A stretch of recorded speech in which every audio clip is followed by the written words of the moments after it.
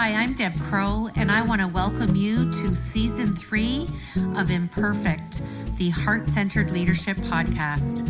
This is a podcast where we connect, learn, and laugh together with authentic and courageous leaders from all over the globe. You will learn from leaders you haven't even met yet. You will gain new tools to add to your leadership toolkit. Leadership belongs to all of us. It's not measured by stature or title. So please pull up a chair and listen in. This is the Heart-Centered Leadership Podcast. Well, I'm excited to talk to you in this solo episode at the end of April. And again, I know I say this every month, but our richest commodity in our life is time. And it continues to amaze me and maybe even leave me in a little bit of awe or wonder how fast time really goes. So I'm going to ask you to maybe pause for a minute, maybe have an open mind. Is the life that you're leading or the life that you want to create, is it full of intention?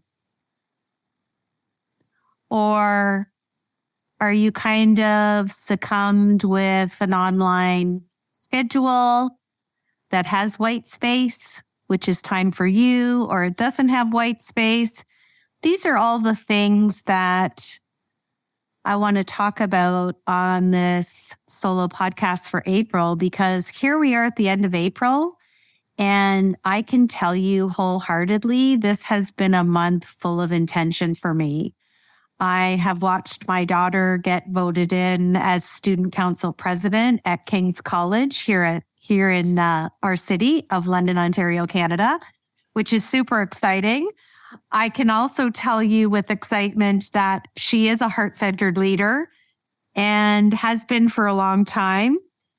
And as a parent, it is just so beautiful to see your children mature and navigate life and become leaders.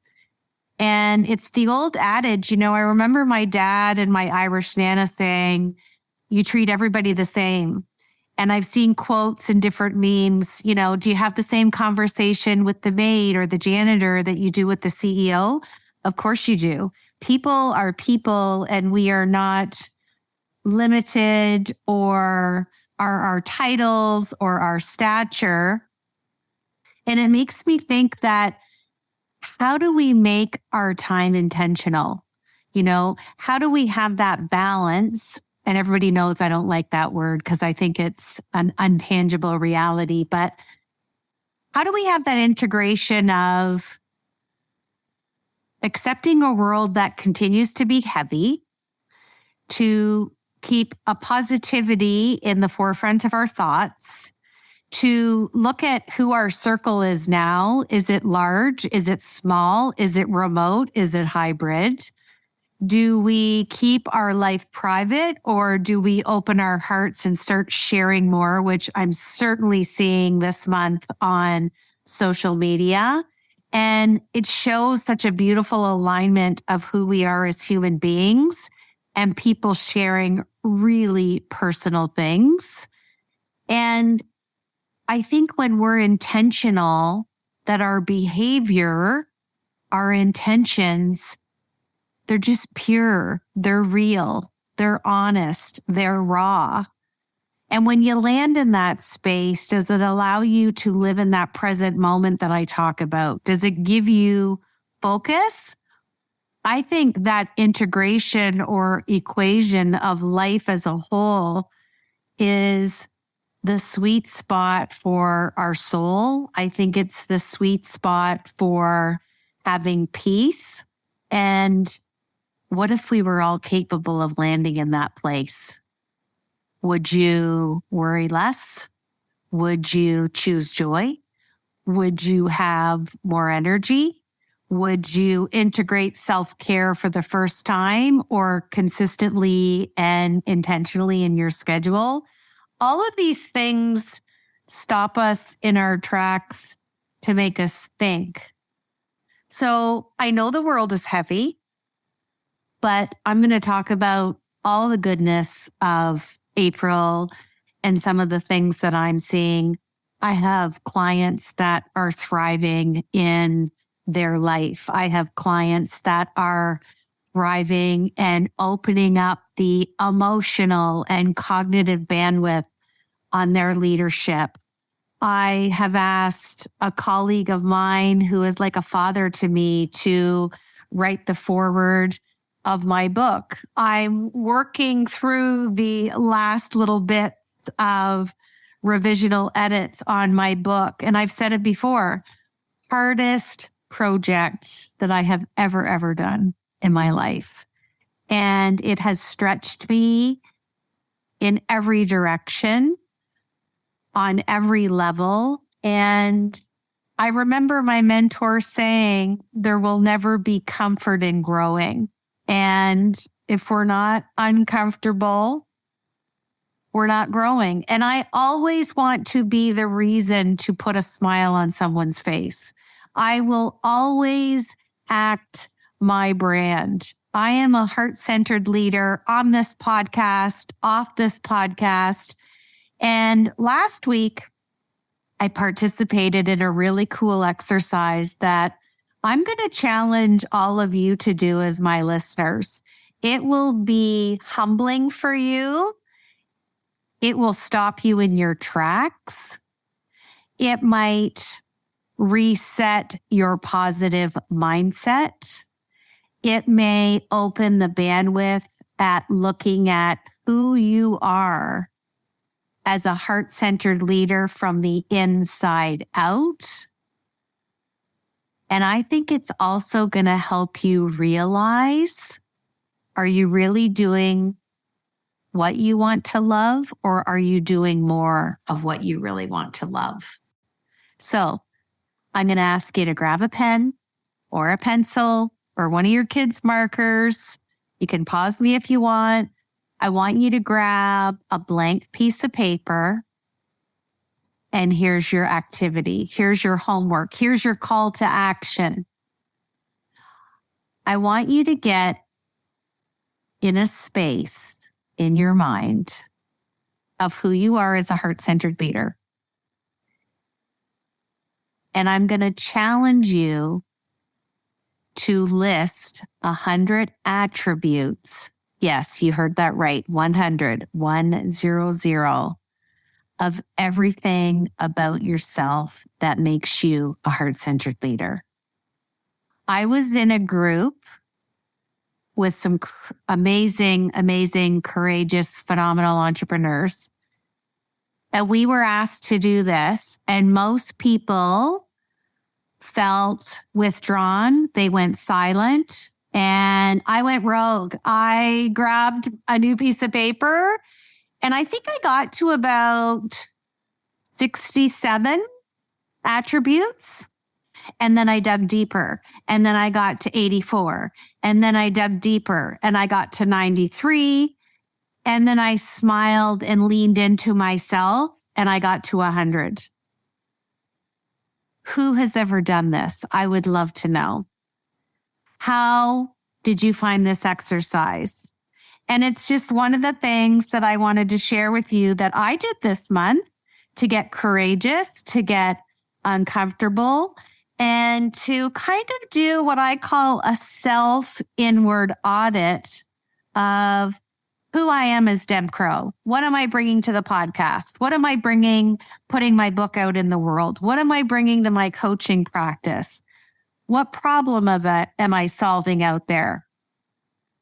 It also led me to realize I'm still getting back out there after COVID. And I don't know if this resonates with you, but my office is at home. I see a lot of clients online, and I'm joyfully seeing clients back in their office now, which is exciting. But I guess you could say I'm actively running my business in a hybrid model because not everyone I work with is local. So that's exciting. So getting back out to having lunches and intentional meetings, not coffee dates, not let's chat, let's see what's new. I'm intentional with my time. I'm going to carry that thread through this podcast. Who do you want to meet with that you haven't? Who are you afraid to call? And more importantly, looking at time and energy and intention for each day. What are you doing in the white space to look after yourself? Are you going to the gym? Are you walking? Are you doing a class online? That intentional white space drives everything else in your schedule that you've put in there, which is also intentional. So it's a marriage, if you will, of the white space being the foundation to everything that is being scheduled. I have had clients have conversations with higher up leadership to the point where they felt nauseous, but they were ready, willing, and able, and they did it. I have also joined the Chamber of Commerce in my city. I was always leery and apprehensive to join the chamber. I honestly felt like I didn't belong, to be honest. And when I shared that with some of the other new members that I met 2 weeks ago, they felt the same thing. So here's my point. I said it before about professionals and people around the world in general sharing from their heart, sharing personal things. I think after being home for 2 years, I became more of an introvert than I thought I was. Some people think I'm an extrovert. You have to talk when you own your business or you don't have a business. But being home, I think, allowed us to crawl more into what I call our comfort cave. So what are you doing this month to get out there? What conversations are you having? Who are you talking to? And I feel like the spring equinox is now opening up opportunities for us to get uncomfortable, to go out and meet people, have meetings, have lunches, send that email. And what if we actually picked up the phone and called someone? I'm trying to do that at least twice a day now. I want to have that mode of communication and modality of service in my life again and in my business, because I think it's super important. I also had the opportunity to sit with over 100 CEOs this month in an amazing one-day workshop. And it was beautiful to see the synergy in the room, but the connectedness and the unity of how everyone was feeling, sharing some of the global situations. And I don't want to call them problems, but challenges and barriers to running a large organization, retaining staff. There is still lots of, I'm going to call them things for lack of better word, that are deriving from the global pandemic. And I think there was a common sigh in the room of me too, that at the C-suite level was welcoming, was wanted. And it was such a great day. And it got to show me once again that where we live, where we work, where we play, what sector we're in, it really doesn't matter. We are all people and we are all working in or working for people because we're in the people business. I'm seeing a beautiful nuance happening with other heart-centered leaders, connecting, including myself, with other heart-centered leaders, entrepreneurs, people that want to make a difference in their life, in their business, within their organization, within the world at large. And when we bring all of our collective together, energy and talent and personality and excitement, I think it's making a ripple effect across the globe, which I find to be progressive, innovative, and super exciting. I have met some incredible people this month. I am looking forward to May. May just brings us a little bit farther into spring, gives us hopefully an appetizer for what the summer is going to be. But I will tell you, 2 weeks ago here in Canada, we had record temperatures and we had a little taste of summer. before spring, and then it snowed, and then it went cold again. So like Mother Nature, like the global pandemic, like business, and like all relationships, we have seasons. And sometimes we have to ride the seasons as human beings. It doesn't make it fun. But what it does do was give you an invitation and a familiarity to discomfort. So I'm going to end this April podcast by saying, may we all experience a little discomfort each day in our lives so that we can be heart-centered as people, heart-centered as leaders. And that, my friends, is how you master the art of heart in life and leadership. And I'd love to know what's in your playbook. And my pre-sale for my book, the Heart-Centered Leadership Playbook, is on until May the 7th. We will put the link in the podcast episode description. I've also had several companies book me for 1 hour in October. If you are local and close to my city, I am doing this in person. If you are outside of my geographic region or in another country, it is a 1 hour online, informal, beautifully themed, heart-centered leadership fireside chat. And it comes with 25 copies of my book, which I will sign. And all the information is in the link below.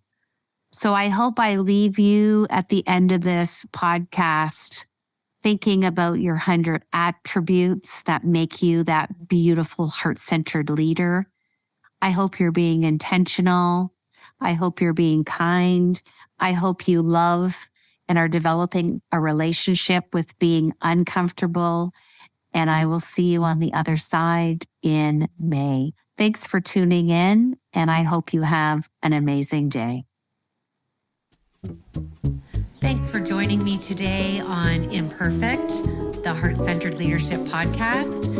I hope that you've enjoyed the show today and learned some new tools for your leadership from our amazing heart-centered guest. And if you like the show, we would welcome a rating and review on whatever platform you listen to. And we would love to have any comments or feedback at any time. And if you want some more heart-centered goodness, head over to our daily blog, masteringtheheart.com.